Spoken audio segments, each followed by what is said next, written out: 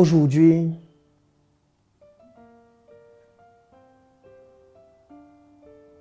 je voudrais demander pardon. Je voudrais témoigner toute la peine que j'ai, que je ressens. Lorsque je réalise à quel point j'ai induit des jeunes en erreur, des jeunes Africains, et même parfois des moins jeunes. Depuis pratiquement 10 ans, sur Internet, je raconte des conneries. Je raconte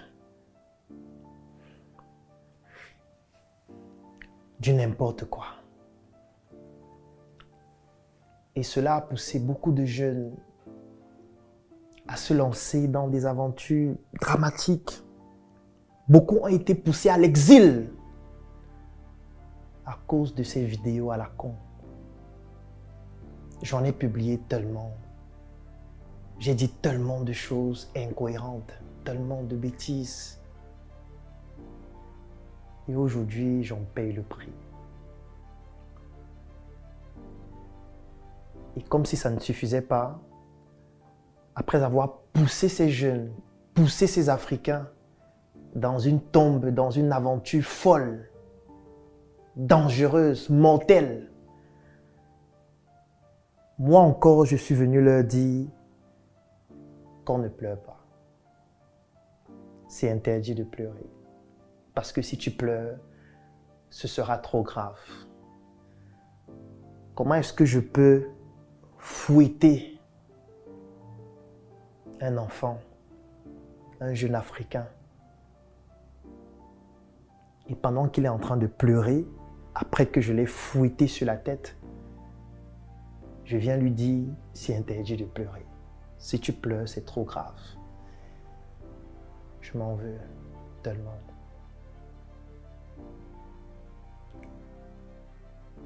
Parce que ce que je n'avais pas compris au départ, c'était le fait que lorsqu'on parle d'entrepreneuriat, lorsqu'on parle de lancer des projets, lorsqu'on parle d'investissement, surtout en Afrique, c'est envoyer les gens à la mort tout simplement.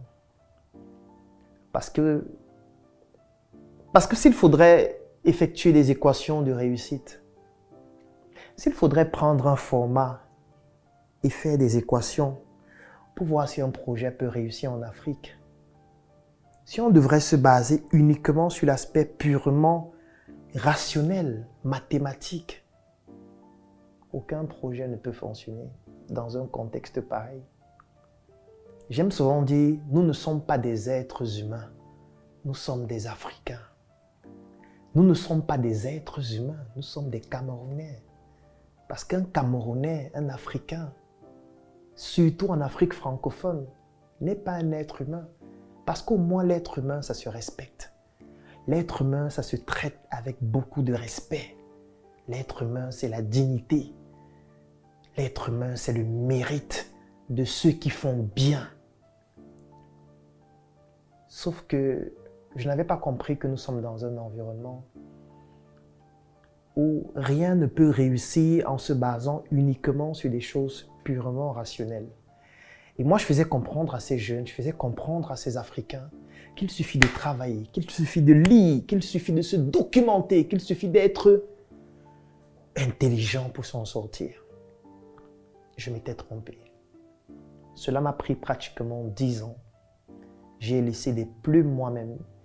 Et si aujourd'hui je suis encore vivant, ce n'est pas parce que je suis le plus intelligent, ce n'est pas parce que je suis le plus compétent, ce n'est pas parce que je suis cette personne-là qui a compris comment l'Afrique fonctionne, raison pour laquelle il s'en sort, non.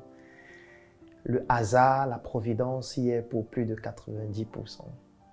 Sauf qu'au départ, je ne prenais pas cette composante comme étant un élément fondamental de l'équation. Depuis pratiquement 10 ans, j'ai vu des jeunes se lancer, se casser la gueule. J'ai vu des jeunes lancer des projets et tomber dans la dépression. J'ai vu des Africains investir de l'argent, perdre de l'argent. et aller même parfois en prison, parfois mourir, parfois aller en exil.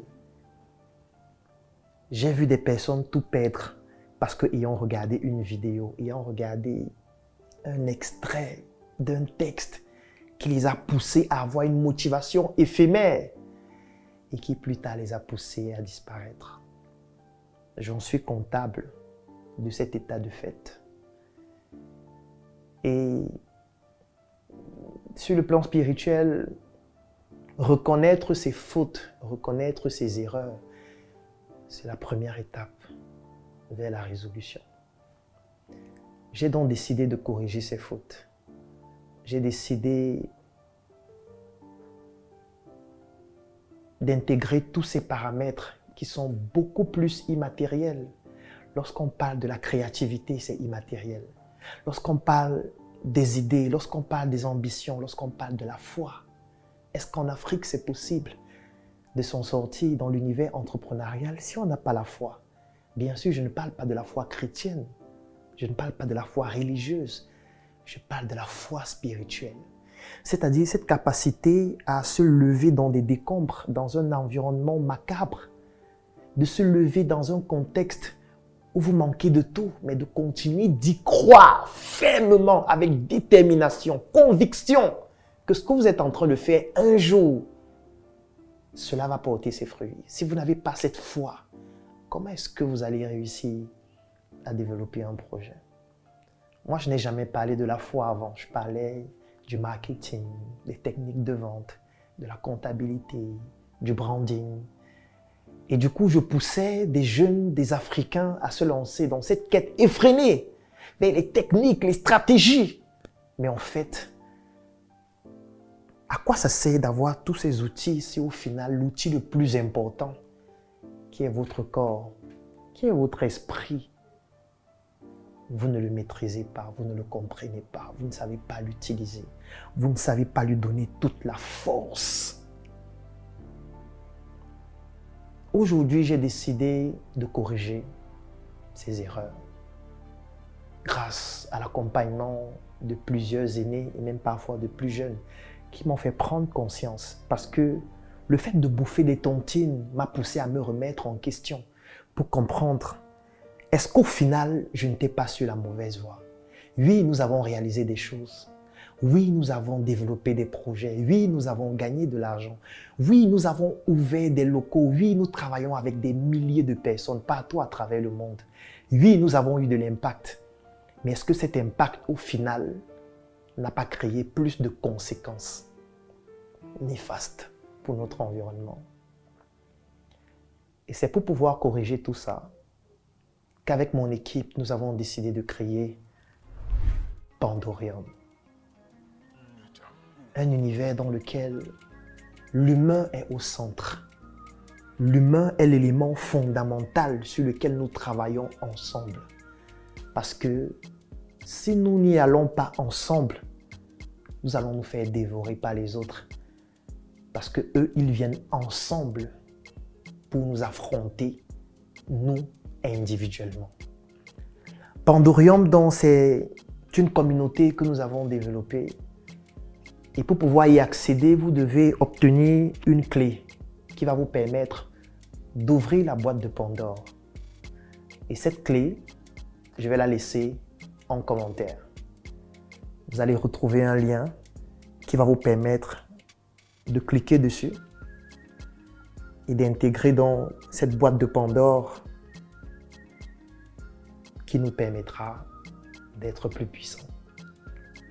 Rendez-vous dans Pandorium.